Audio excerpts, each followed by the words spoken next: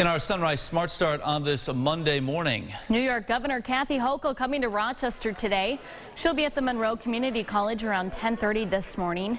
There we expect to hear plans about some new economic development. Details on our visit can be found on air and online at rochesterfirst.com. The man convicted of killing a grocery store clerk in 2020 is due in court for a pre-sentencing hearing.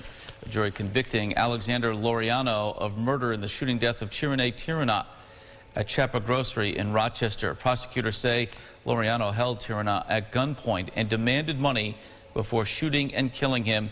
Laureano is facing life in prison. Well, new this morning, police are investigating a stabbing last night that sent a 31-year-old Rochester man to the hospital. According to police, this happened on the 1300 block of Portland Avenue just after midnight. The man was taken to the hospital and his injuries were deemed non-life-threatening. Now, no suspects are in custody. Anyone with information is asked to call 911. There was also a shooting overnight that left a 45-year-old Rochester man in critical condition. It happened on North Clinton Avenue and Avenue D. Police say it happened just after 11:30 last night. When they got there, they found a man with serious injuries 2 blocks away on Avenue A after being shot at least once. There are no suspects in custody. And police also investigating houses that were shot up overnight on the 200 block of Parcells Avenue. This happened just after 1:30 in the morning. 2 houses in the area were struck. One was unoccupied. The other was occupied with an adult man. He was not injured. As with the rest of these ongoing investigations, police say anyone with information should call 911. Monroe County Sheriff's deputies say they have located a missing vulnerable adult. There's good news here. 93-year-old Paul Crayambule was last seen around 11 o'clock at night on Saturday at his home in Henrietta. He suffers from early dementia and stage 4 kidney failure, but he was found with his dog out of state. And the good news here, he is in good health. Arrangements are being made for his safe return home. Well, James, it's a little chilly out there, but not too bad. Might be a nice morning to get out the bike. Yeah, right. To take a quick bike ride. I saw some bikers over the weekend, and they were like barely pedaling and going 20 miles per hour. What's going on here? One of those e-bikes. It's a version of biking. Yeah. And it's a lot easier, apparently. It is. They're hauling. You know, good for them. Getting out there, but I'm always so confused. I'm like, there's no way they're actually pedaling that fast as they fly along the canal trail. Good for you guys. Glad to see. I think it's bringing a lot of people to biking, getting that e-bike there. So maybe that's your mode of transportation. Temperature starting off in the 40s, not warming up much. Spending most of the day in the 50s. We do hit 60 this afternoon. Bus stop forecast, as well as a glance at the 8-day that does include the weekend at the end of the show. James, thank you. Let's take a glance at the roads once again with our sunrise traffic now. And it's been pretty quiet so far on this Monday. Volume starting to build in on the west side here on 490, but no accidents to pass along on 390, 490, or 590 as you make your way out the door. In other news this morning, in order to deal with the ongoing baby formula shortage, the Secretary of the Department of Health and Human Resources has invoked the Defense Production Act. The announcement coming Sunday evening. Alexandra Limon has more from Washington. Sunday evening, the Department of Health and Human Services announced that Secretary Becerra invoked the Defense Production Act to ensure that manufacturers have what they need to produce more baby formula.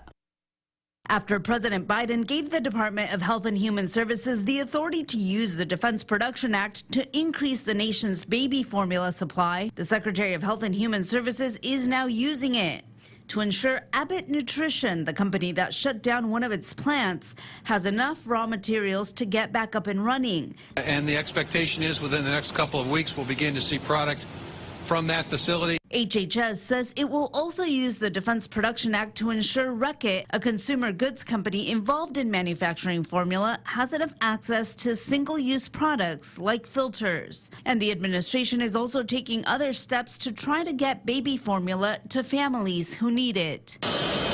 This Air Force C-17 jet flew into Indianapolis Sunday with 40 tons of baby formula on board. This shipment provides enough formula to take care of 9,000 babies and 18,000 toddlers. This shipment is from Europe and is formulated for babies with special dietary needs. It will head to hospitals and home health care facilities across the country, not store shelves, but more shipments are headed to the U.S. We're going to get this here in a matter of days. There are also long-term problems that the administration and lawmakers say need to be addressed. So that no individual company has this much control over supply chains.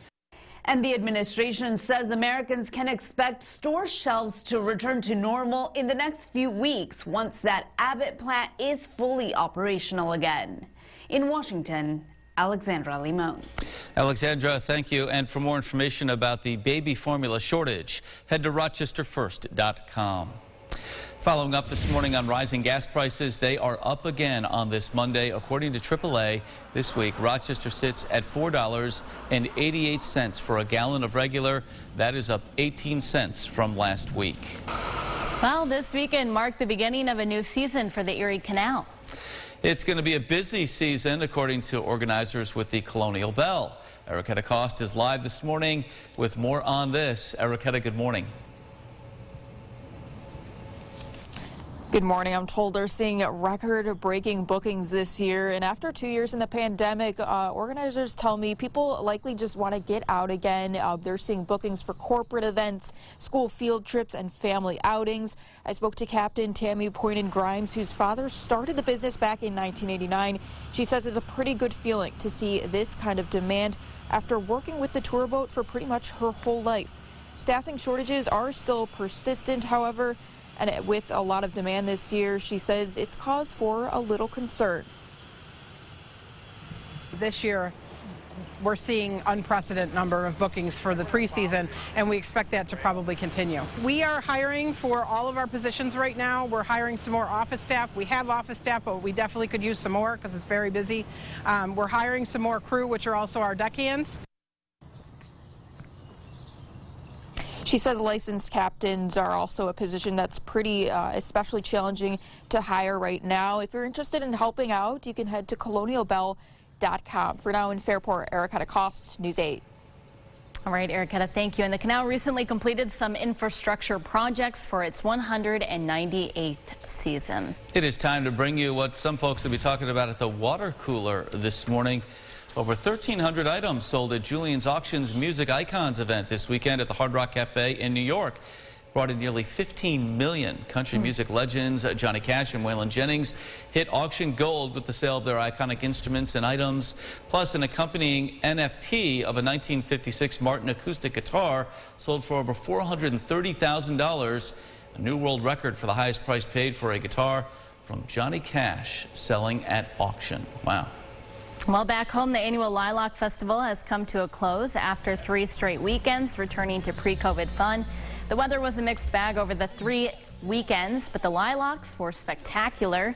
Vendors took advantage of the big crowds to boost sales and show festival goers how their products make the Lilac Festival unique. Business has been amazing. Everyone is excited to be out. We're selling out of stuff, which is awesome. I love the 3 weekends, so can't complain.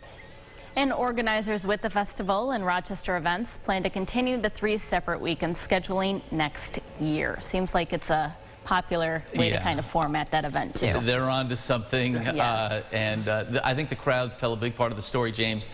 They're open, that festival, when people really want to be there.